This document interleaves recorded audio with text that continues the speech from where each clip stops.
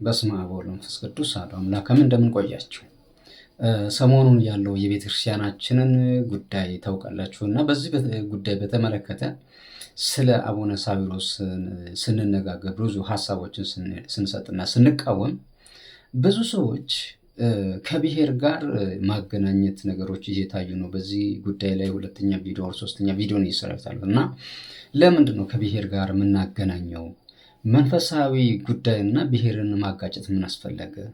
አሁን እሳቸው ጋር ያለውን ከዚህ በፊት ያጠፉትን ጥፋት ከዛ በኋላ ደግሞ ያለውን የብቃት ጉዳይ ስናነሳ ካየነው ነው። ሁሉም ህዝብ ካየው ሁሉም ኢትዮጵያዊ ኦርቶዶክሳዊ ሆነ ኦርቶዶክሳዊ ያልሆነ ሁሉ ሰው ባየው ጉዳይ ነው እና ብዙ ሰዎች እርሳቸው መንካት ብሔሩን መንካት አድርጎ በማየት የሃይማኖቱን ጉዳይ የቀኖናውን ጉዳይ ትቶ ይህንን እኛ የምናነሳውን የቀኖና ጉዳይ የብሔር ጉዳይ አድርገው በቃ እሳቸው ትክክል እንደሆኑ የሚያዩት ፐርስፔክቲቫቸው ከምን አንጻር ነው? ከብሔራቸው አንጻር ማለት ነው።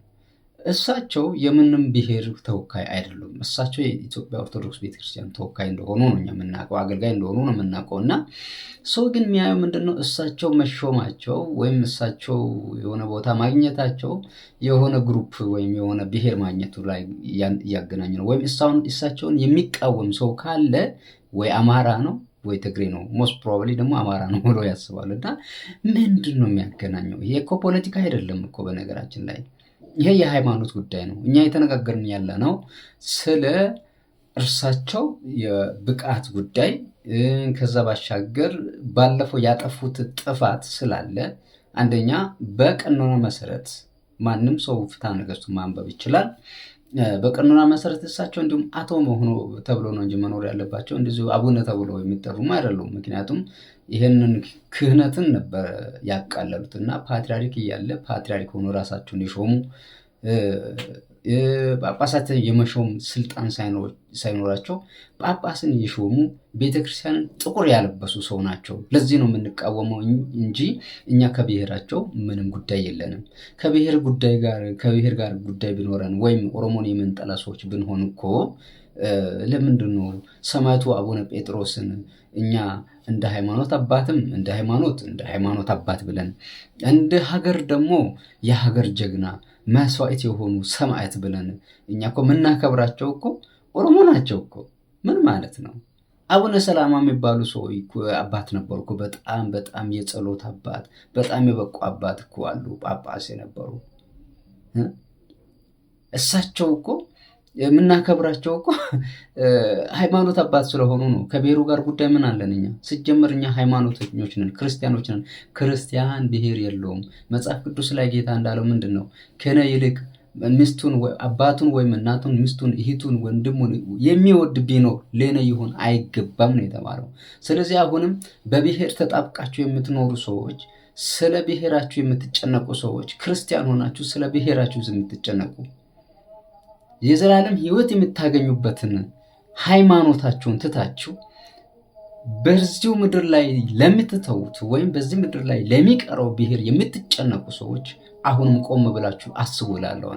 ነገ ክርስቶስ ይመጣል።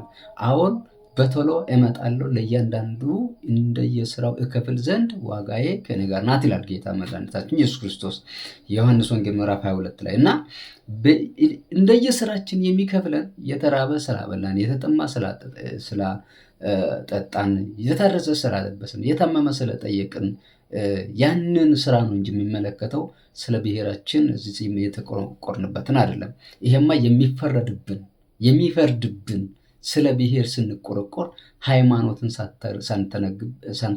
ሳንተገብር የአባቶቻችን ቃል የመጽሐፍትን ቃል ሳንሰማ በመኖራችን ይፈረድብናል። ስለ ብሔር የምታወሩ ሰዎች አሁንም ተጠንቀቁ። አቡነ ሳዊሮስ ማለት ኦሮሞ ተወላጅ ሊሆኑም ይችላሉ፣ ወይም የኦሮሞኛ ተናጋሪ ሊሆኑ ይችላሉ፣ ወይም ኦሮሞ ላይሆኑም ይችላሉ። that's not the matter by the way. We are talking about the doctrine of the church, the canon of the church. ስለዚህ እኛ ያወራን ያለ ነው ስለ ቤተክርስቲያኒቷ ቀኖናና ዶክትሪን መጠበቅ ነው እንጂ ስለ ብሔር አታስቡ ሰዎች። እስቲ ከጨለምተኝነት ውጡ፣ ክርስቲያን ሆናችሁ በአንገታችሁ ላይ ክር አስራችሁ ማህተብ አስራችሁ መስቀል ተሸክማችሁ ስለ ብሔር የምታስቡ ሰዎች ካላችሁ ከዚህ አስተሳሰባችሁ ውጡ። በጣም በጣም በጣም እኔ በጣም እያዘንኩ ስለሆነ ነው ይህንን ባይዘው የምናገረው። ይህ ህዝብ በከንፈሩ ያመልከኛል ነው የሚለው እግዚአብሔርና በከንፈራችን እግዚአብሔር እያልን ግን ልባችን በብሔራችን ጋር ከሆነ በጣም አደጋ ውስጥ ነው ያለነው። ሁሉም በየብሔሩ እየተሰገሰገ ክርስቶስን የምናገኘው መቼ ይሁን? ስለ አንድ ሰው ስንናገር ያን ሰውዬ ከብሔር ጋር ማገናኘት በቃ ምንድን ነው ይሄ ብሔር? በቃ አሁን ላይ እኮ በቃ በጣም በቃ የሆነ ሰዎች የሚደበቁበት ሆነ እኮ። ፖለቲከኞችን ጥፋት ሰርተው እነሱ በግላቸው መጠየቅ ሲገባቸው ወደ ብሔር የሃይማኖት ሰዎችም የሃይማኖት መሪዎችም ልክ እንደነ አቡነ ሳዊሮስ የነበሩ ሰዎች ያጠፉት ጥፋት ሃይማኖታዊ ጥፋት በግላቸው ያጠፉት ጥፋት ሆኖ ሳለ የእነሱን ጥፋት ለመሸፈን ግን ምን ይደረጋል መሰላችሁ? የብሔር ካባ ማልበስ፣ የብሔር እንትን ውስጥ መንጋ ውስጥ መክተት። ከዛ በኋላ እሳቸው ከተነኩ ማለት በቃ ኦሮሞን ስለጠላህ ነው፣ ይህን ብሔር ስለጠራህ ነው፣ እንደዚህ ኦሮሞ ስለሆኑ ምን ማለት ነው? ይሄ ከአንድ አማኝ ይጠበቃል እንዴ? ይህ እኮ የአማኝ አስተሳሰብ አይደለም። ይሄ የምድራውያን የስጋውያን አስተሳሰብ ነው። አሁንም ካልተጠመቁ ሰዎች አንሻልም። አሁንም አስተሳሰባችን በዚህ ውስጥ ከሆነ እኛ ካልተጠመቁ ሰዎች አንሻልም። ሰዎች ንስሐ እንግባ በእውነት በዚህ አስተሳሰብ ካለ። ከዛ በረው ቆም ብለን ራሳችንን ስትንመርመር። ሐዋርያት እኮ ከተለያየ ነገድ የወጡ ናቸው እኮ። ኢትዮጵያውያን እኮ አይደሉም። 9 ቅዱሳን የመጡት እኮ ከሶሪያ ነው። ኢትዮጵያውያን እኮ አይደሉም። ነገር ግን አባቶቻችን እንላለን። ለምንድን ነው እንደዛ ያልናቸው? ዶግማን ቀኖናን ጠብቀው ክርስትናን በህይወታቸው ተርጉመው ስለኖሩ ነው እንጂ ለሌላ ለምንም አይደለም። በብሔርማ በሀገርማ በምንም እንኳን እንገናኝም። አስቡት፣ ማጂን ሌሎች ብዙ ቅዱሳን አሉ፣ የኛ ሀገር ዜጎች አልሆኑ ጭራሽ ማናቃቸው፣ ግን ያወቅናቸው በክርስቶስ በኩል አወቅናቸው። የክርስቶስ ልጆች ስለሆኑ በዛ በኩል እኛ አወቅናቸው። ስለዚህ አባቶቻችን ዛሬም ያላችሁ አባቶች ለማለት የአባቶችን ህይወት ኖረው ሊያሳዩን ይገባል እንጂ የሆነ ብሔር ሲኖዶስ እያቋቋሙ ስለሆነ ብሔር የተቆረቆሩ የሚኖሩ አባቶች አያስፈልጉንም። ከተቆረቆሩ ለማንኛውም ብሔር ለማንኛውም ህዝብ ሰውን በሰውነቱ ክርስቲያንን በክርስቲያንነቱ ነው እንጂ በብሔሩ እንትን የምንልበት ሊቆም ይገባል ብዬ አስባለሁ።